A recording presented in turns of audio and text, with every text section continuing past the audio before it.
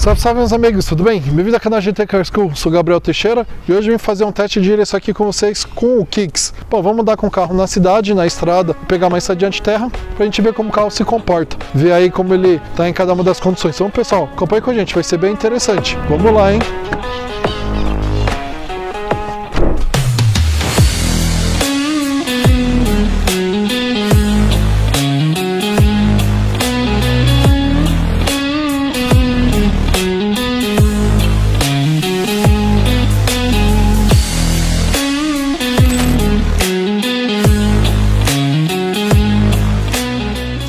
Bom pessoal, então a gente vai dar uma volta aqui, pegar um pouco de estrada também que a gente havia falado, pra gente ver como que o carro vai se comportar aqui. Primeiramente a gente coloca o cinto, né? Não pode sair sem cinto, farol ligado, colocamos na posição aqui D, inclusive atrapalha um pouco o encosto de braço, puxamos o freio de mão e partimos. O carro tem auto hold, que acaba ajudando bastante, né? Esse carro ele acaba agradando muito pelo conforto.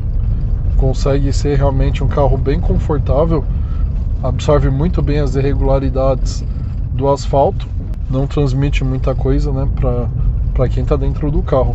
Realmente conseguiram uma suspensão bem equilibrada. O problema que muitas pessoas acabam criticando é a questão do fim de curso. Ele acaba dando fim de curso muito rápido e acaba gerando alguns grilos aí a parte da suspensão. O motor, esse motor 1.6 ele é competente para andar, nesse anda e para da cidade ele vai muito bem. Só na estrada realmente quando você tomadas que vai ser um certo problema. O consumo dele é bom, chega a fazer 8.1 aí na cidade no etanol, 9.6 na gasolina. Quando a gente fala de gasolina, ele faz 11.4 na cidade e 13.7 na gasolina, conseguindo uma nota aí no Inmetro. Esse carro aqui ele trabalha bem em altas rotações, né? Às vezes o carro está um pouco fraco, mas você acelera mais, você consegue chegar num bom desempenho. Um problema é que isso consequentemente eleva o consumo do carro também. Esse carro ele tem mais ou menos 1.142 kg e o 0 a 100 é de 11.9, ou seja, não é um desempenho dos melhores possíveis, mas para um SUV está bem equilibrado. Ele é um carro que ele tem um câmbio CVT e esse CVT ele acaba sendo bem linear. Ele é um CVT que ele não simula marchas, né? Então por isso ele acaba trazendo um bom conforto e uma linearidade interessante. Algumas pessoas não gostam porque ele acaba parecendo meio sem graça, né? Eu particularmente isso não me incomoda. Vale lembrar que o câmbio CVT tem a grande vantagem de normalmente manter as rotações mais baixas. Rotações mais baixas significa também que você acaba tendo uma melhora no consumo, né? O carro acaba consumindo bem menos. O interessante, como ele não tem simulação de marchas, ele também acaba não dando trancos. A direção dele acaba sendo bem suave. Esse carro ele tem McPherson na frente e ele tem eixo de torção na traseira. Apesar de ter eixo de torção na traseira, ele acaba não sendo desconfortável. Ele consegue ser bem competente nisso. O câmbio aqui atrás tem um botão, você aperta e ele entra no modo Sport. Desse modo ele aumenta as rotações aí do carro. É um botão super discreto, normalmente a gente não consegue aqui perceber. Na verdade, eu, inclusive demorei até um pouco para conseguir encontrar onde ele estava. A direção ela é bem direta, né? Tem até uma certa esportividade, que é algo realmente bem interessante. Como eu falei, a única parte ruim da questão da suspensão é o fim de curso. Ele acaba chegando facilmente nesse fim de curso em alguns casos. Na cidade não é tão nítido isso, tá, pessoal? Mas na estrada, às vezes não estrada, mas principalmente quando você passa por desnível na terra, provavelmente em alguns casos você pode chegar nessa situação. Algo bem interessante que esse carro tem, ele tem um sistema estabilizador ativo de carroceria, com sensor de acelerações, né, que detecta o movimento do carro, e aí estabiliza as oscilações em pisos irregulares. Então isso acaba dando um certo conforto maior para o carro. Ele é muito agradável a dirigir, a direção dele é leve, né, também bem calibrada. E o interessante é que ele tem um bom raio de giro, apesar de ele ser um carro grande. Eu gostei da posição de dirigir, é uma posição alta, então a relação banco, pedal, volante muito bem colocada, muito acertada. A suspensão é bem focada para a parte do conforto, porém não compromete a estabilidade. O isolamento acústico também aqui interno é muito bom, você não ouve grandes ruídos do que acontece lá fora. Isso é algo bem interessante. O modo Sport deixa o carro mais afiado, que na verdade o que ele faz é elevar as rotações para priorizar a entrega de torque e potência em detrimento do consumo. O carro não fica mais forte, simplesmente as trocas de marcha acabam sendo um pouco mais demoradas, né? Ele acaba aumentando um pouco mais a rotação para você ter essa entrega entrega melhor. Basicamente é como funcionam os outros câmbios também, né, quando a gente utiliza esse modo eSport.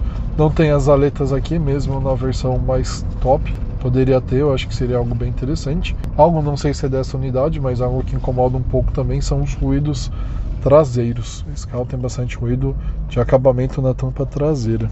A velocidade máxima desse carro aqui é de 17,5 km por hora. Como eu havia falado para vocês também na questão do câmbio, novamente, o que eu gostei bastante é que você não percebe praticamente as trocas de marcha, né? Esse carro ele não tem freio a disco na traseira, apenas tambor, mas não deixa de ser ruim. O volante também, você tem uma boa empunhadura, isso eu gostei bastante, além do acabamento dele também ser muito bom.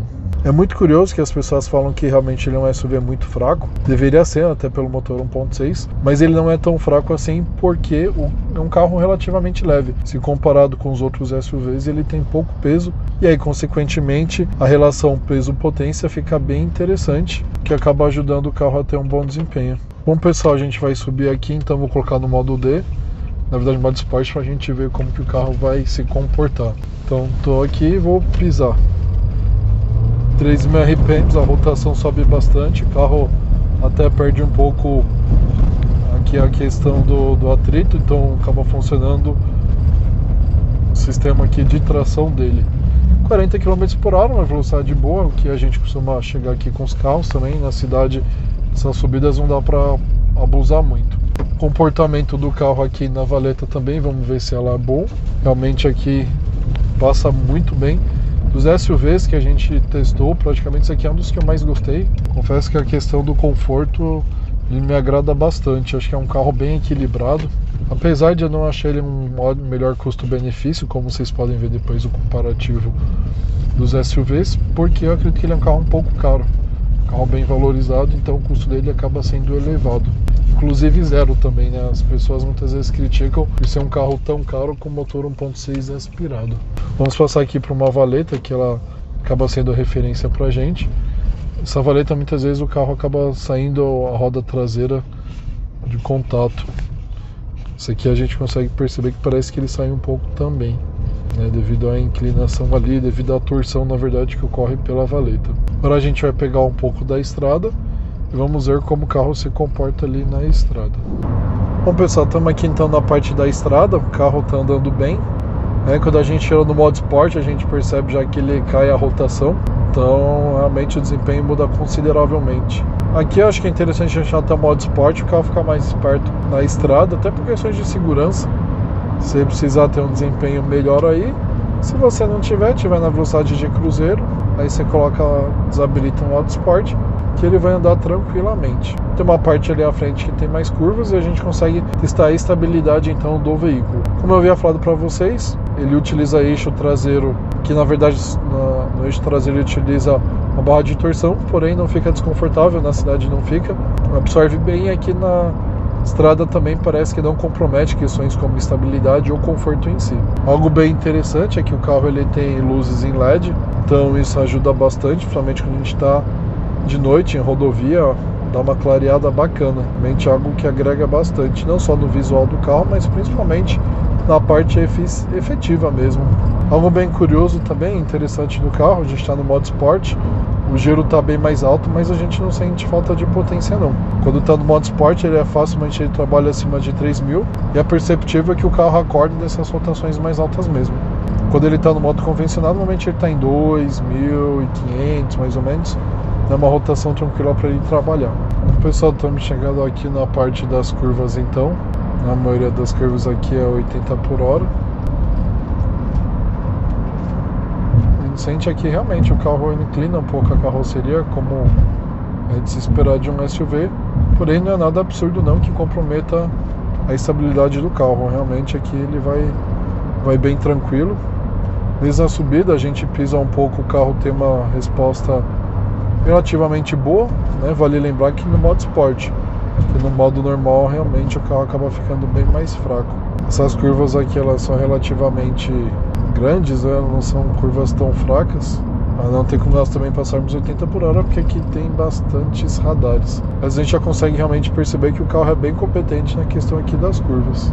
Algo que eu senti um pouco, talvez não tanto assim, a questão do freio para a estrada.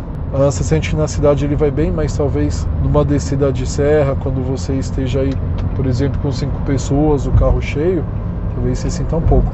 Estamos tentando aqui, ó, realmente uma ultrapassagem, retomar na verdade a velocidade até a velocidade máxima, que é 80, e a gente sente realmente o carro, ele acaba cantando, não cantando, né, o carro acaba berrando um pouco aí para conseguir alcançar essa sua velocidade. Não tem todo o vigor que se espera de um carro turbo, porém é um carro bem equilibrado, consumo versus potência.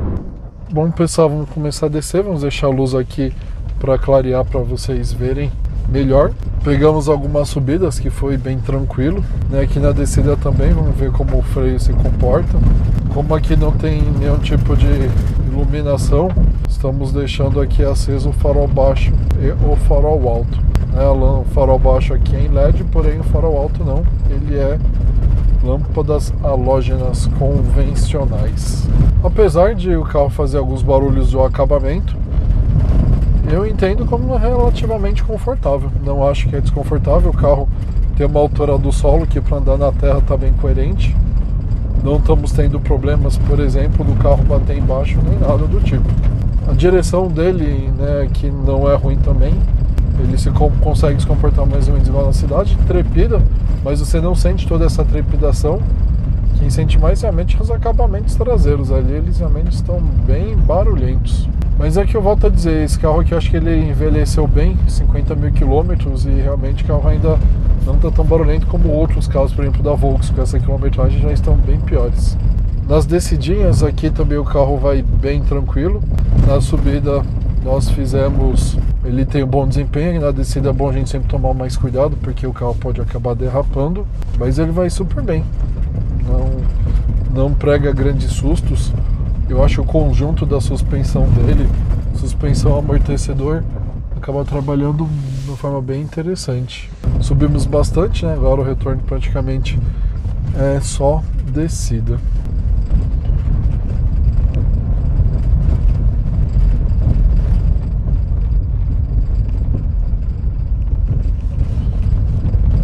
E aí, pessoal, o que vocês acharam? Gostaram aí do carro? Foi interessante? Não deixa de colocar aqui nos comentários o que você achou do carro, se você compraria, se achou ele interessante na terra quanto na estrada. Deixar aqui interessante pra gente saber. Isso aí, também não esqueça de dar aquele like, se inscrever, compartilhar com seus amigos, familiares, que isso nos ajuda bastante. Se você vai comprar um carro usado, não se esqueça, entre em contato com a gente por e-mail, gtcarschool@gmail.com. Certamente eu consegui ajudar vocês aí, pra vocês não comprarem um carro problemático e depois terem dores de cabeça com isso. Bom, pessoal, obrigado por ter ficado com a gente até o final. Valeu, até a próxima!